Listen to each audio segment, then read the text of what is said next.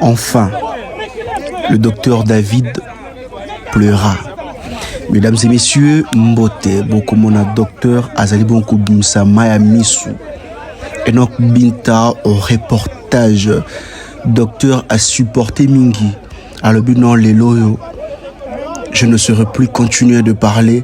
Nalela ta kolela. Batwebele ba benga na vidéo ali bosso. Mon amboka Enoch Binta. Ni ne lelisi docteur. Le loko lelisi docteur Isaac docteur a lobby que nyonso pour na sauver vie yango ekomi boy. Bavoka pe na nga mususu kuna bazaki na ba question moi makasi.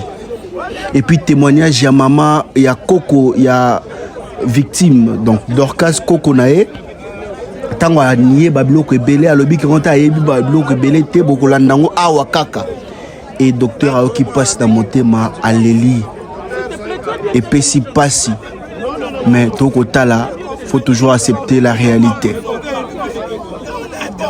Vous voyez comment ça koloba parce que a sauvé vie. Docteur pleura. Ma ami soit docteur David ezaka pona ye mon côté. Mais ba docteur ebeli ba leli penasima docteur David. Beaucoup mon a ba émotion ezali awa. Ba tu ebele ba leli. Bande kona église ya message. Boza la vraiment scotché ti nasuka. Bolanda reportage ti nasuka. Beaucoup mon a tellement tant a tellement qui émotion eleki nda leli. Maman pe koto na ngambu pa kolela toujours. Les maman na été mais ali bongo moko ya bandeko na ye yepe passe na motema leli ba papa a mikolo ba leli ao donc procès à lelo en tout cas et suki kaka na kolela en tout cas ba émotion ezalaki mingi na lobi quand il fallait peut-être évangéliste Francine Mao azala a na maman Clarisse Mao ba pekisa ta ko pekisa parce que be mention eza ebele botande bandeko bazolela docteur akokita sengi mai asopera mi sopera ta na motu Enoch Binta reportage. Mesdames et messieurs, prière de regarder cette vidéo jusqu'à la fin, liker, commenter, hein, faut vraiment commenter. Également il y a mon numéro qui est la prière aussi de m'appeler, on va parler sans problème et surtout des partenaires. Bato baligi ba publicité na ba reportage ba temps réel beaucoup melangai tokosola sans problème na boya kaka kande batu ya ba agence de voyage. Là en tout cas j'insiste encore bayate baya penzate bango penzande bayate docteur asengi maya bi quand ende konaye apesa maya mela encore parce que azoko kokate et puis si li kaka ate docteur okoba lisusu na kolela parce que pas c'est les kimingi passer les kiming après ba makofi ndeko moi sozo ki bambata docteur lelo a komi bongo kolela total la procès otina suka et tokoyeba nini ekokoma docteur est-ce que a cause la quitter est-ce que ba condamné 3 ans 4 ans 5 ans pona ba tala maman ngambo leli maman leli ba avocat msusu bazo sekata net avocat azo sekana ye émotion mais à koseka na ye maître azali bon koseka maman leli ba bengeli ta maman le ya fumu apekisa ninga kolela bongo ça fait trop mal également à komona ba maman mibimba kolela ça fait vraiment mal.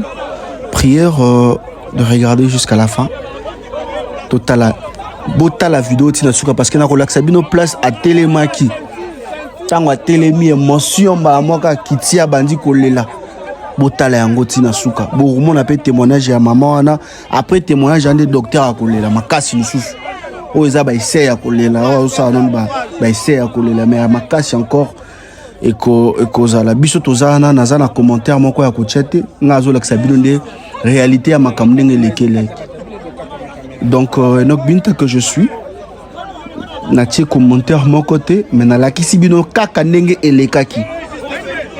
Prière de commenter, abonnez-vous massivement aussi sur cette chaîne Congo Investigation Totala Tina Souka s'il vous plaît.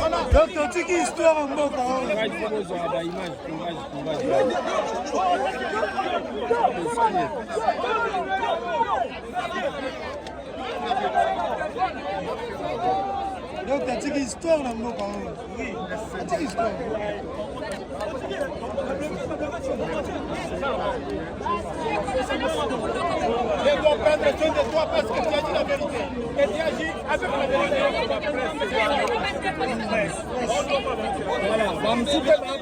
Boya au tcha sentir Tiboy. Au tcha sentir on a Tiboy. Moi ba luka Tiboy.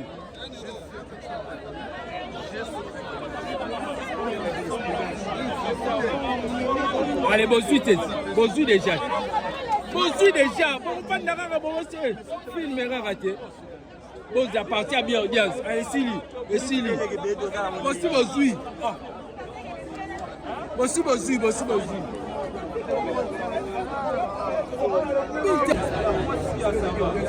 Nathalie Azar.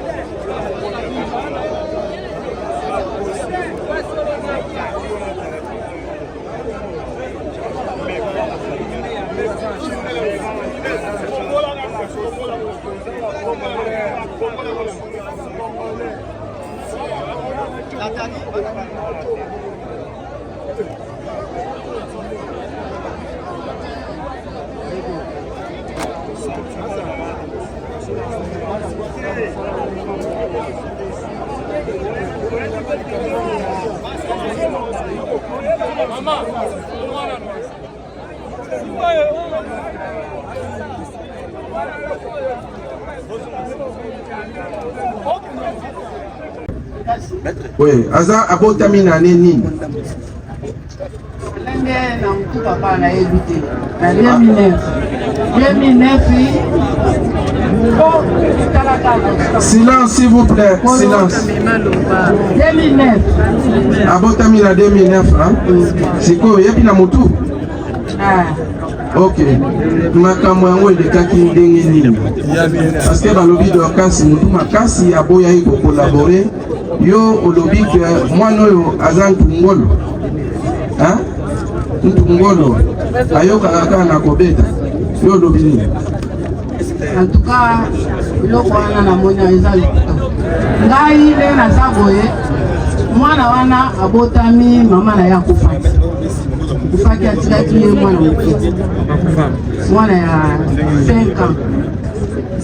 Aya sena ni 5 mois. Oye mama na bango akufa. Lelo mama na bango akufi, ngande na mzishaji wana nyonso ya kubokola mwana wana. Okay. Tovandi na mwana wana.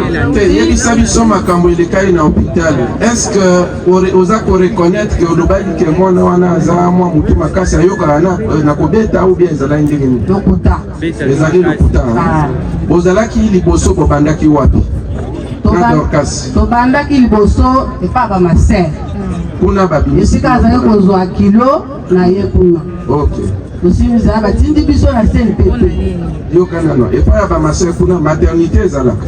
Maternité eza. Kilo na ye nyonso abandaki kuna. D'accord.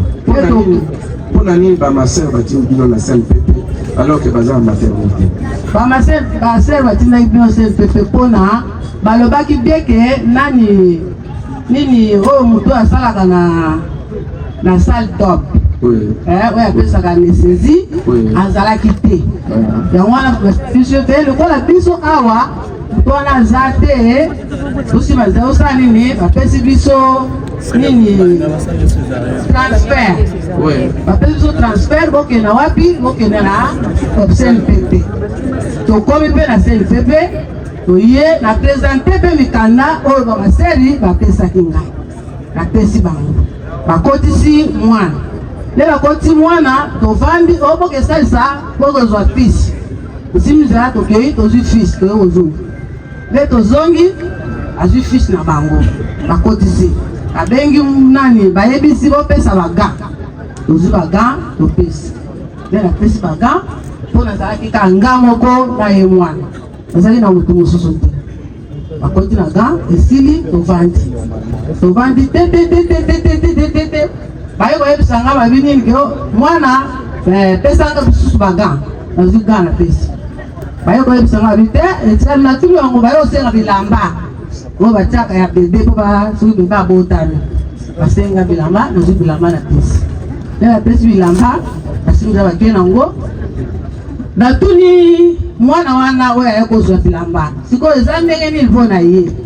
ayebisinga alobi te etikali moke asala nini agota tovandi te miniti mpe baye kobenga ngai babengi nga mama ye mwana yeyo ashaboti nazwi mwana bapesi nga mwana na maboko nango nazwi mwana sikoyo ye aza kuna kaka na nani na sala ya kushe namoni mpe ye te asimizala na ye na mwana oye na ye na mwana comme kuna na salle de tente bato bazalaki ebele place ya kokitisa ata mwana ezalaki te bazwi mwana nasimizala toke tina na nani na chambre mosusu toke tovandi na mwana wana nde tovandi esili nsima nango navandi mpe minite ebele mwana mpe abandi kolela nasimi nzela nakoti lisusu kuna na salle de nani salle ya oyo babotelaka wana nake kokuta mwana atie ye na kati ya mbeto nazwi mwana napesi ye na kati ya mbeto wana amelisi ye libele namesi ye libele esili nazwi mwana nazongi po place ezalaki te ya kotia bebe po bato mibale baza wana po mosusu aza na mwana oyo mosusu mpe aza na mwana te place ezalaki te toke kuna esika bakende kolakisa biso tovandi oyo nyonso wana etikali papa bazolobawa nayebi yango te na kombo ya nzambe oyo nasa. Parce que si vous m'avez suivi, je dirais non, je n'étais pas dans l'autre salle pour une autre résidence.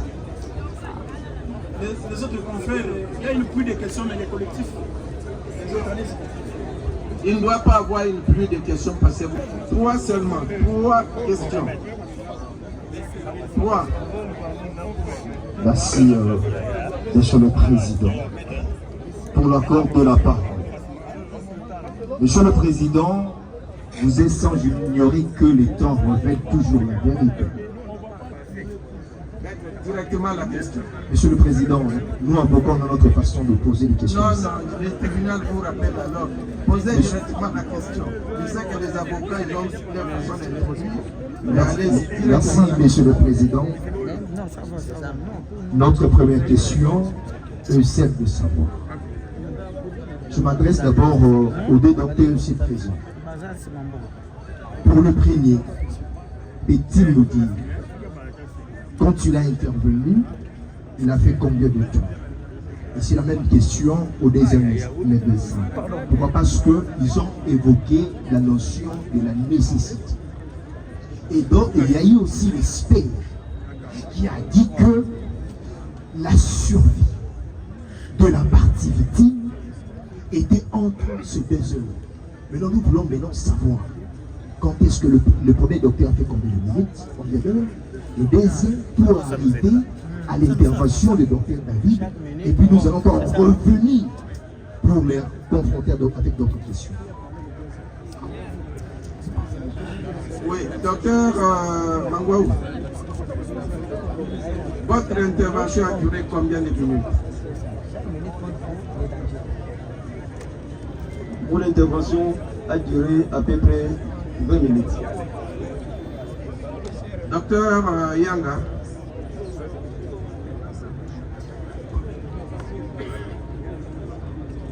Merci beaucoup. Mon intervention avait pris au moins 12 à 13 minutes. Oui, mais... Allez-y. L'un a dit que son intervention a duré plus ou moins 20 minutes, l'autre plus ou moins 13 minutes. Donc, allez-y, réagissez. Monsieur le Président, je pense que le greffier a noté. Le docteur, soi-disant Yangabor, il a dit ici que l'intervention a duré plus de 2 heures. comment il peut justifier cette contradiction? Il n'a pas dit ça. Voilà, il n'a pas dit ça. Bon, allez, docteur Yang, vous avez dit que l'intervention a duré, votre intervention a duré 2 heures. Non.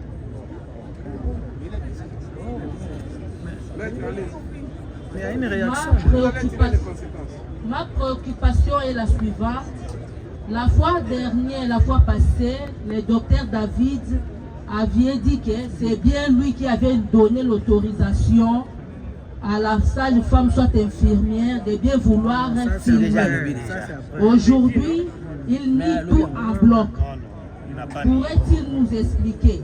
Là, c'est ma première préoccupation. Et la seconde, il a dit qu'il a regretté. Lui, le médecin de l'État congolais, il a dit qu'il a regretté. Il a regretté par rapport à quoi et par rapport à qui? C'est ça. D'accord, docteur. Moi, je peux vous dire ce que le médecin a dit tout à l'heure. Il a dit ceci, qu'on a commencé à filmer avant que lui ne donne l'autorisation, il donne l'accord.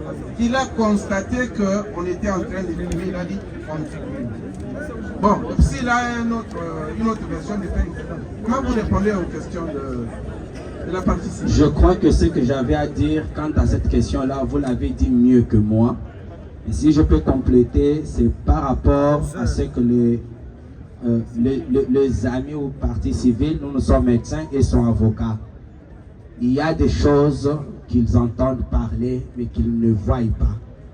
Quand ils sont dans leur domaine, nous n'entrons pas. Quand nous sommes dans le nôtre, ils ne peuvent pas entrer. Ils peuvent parler de 2 heures. Nous n'avons pas la même quantité de sang dans nos corps. Une grande personne aura bien de sang pour pouvoir à ses besoins et une petite personne aura peu de sang. Et nous avons une femme qui vient d'accoucher qui naturellement a déjà perdu le sang qui lui est physiologique. Qu'on puisse, c'est environ 2000 litres qu'elle doit perdre que par l'accouchement normal. Mais une femme de son état, vu son âge, vu sa masse, ne peut pas avoir plus de 4 litres de sang dans son corps. Mais si c'est beaucoup, je vous dis, croyez-moi, c'est 3 quelque chose. Elle en a déjà perdu des 1000 litres. Elle est en train de perdre, je ne sais pas combien, parce que je ne peux pas calculer. Que je la laisse perdre jusqu'à... que j'attende qu'elle meure pour que je comparaisse. J'ai tout fait pour sauver une vie. Pourquoi vous ne me comprenez pas? Pourquoi vous ne me comprenez pas? Il fallait qu'elle décède. Je peux vous dire que 2 semaines avant ça, il y a eu de ce matin même. Je me suis dit... Non. Pas juste là. Pas juste là.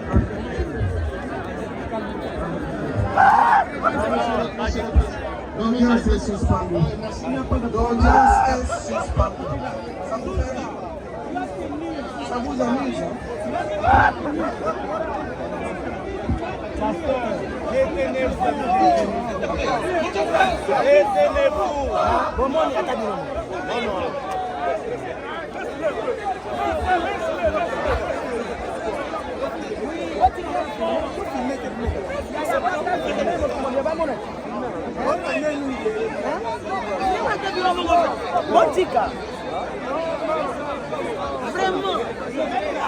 Veuillez vous retenir, pasteur.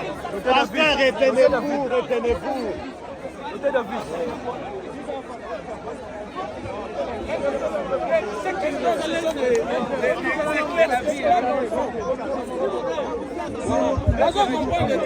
Il ne mériterait pas ça.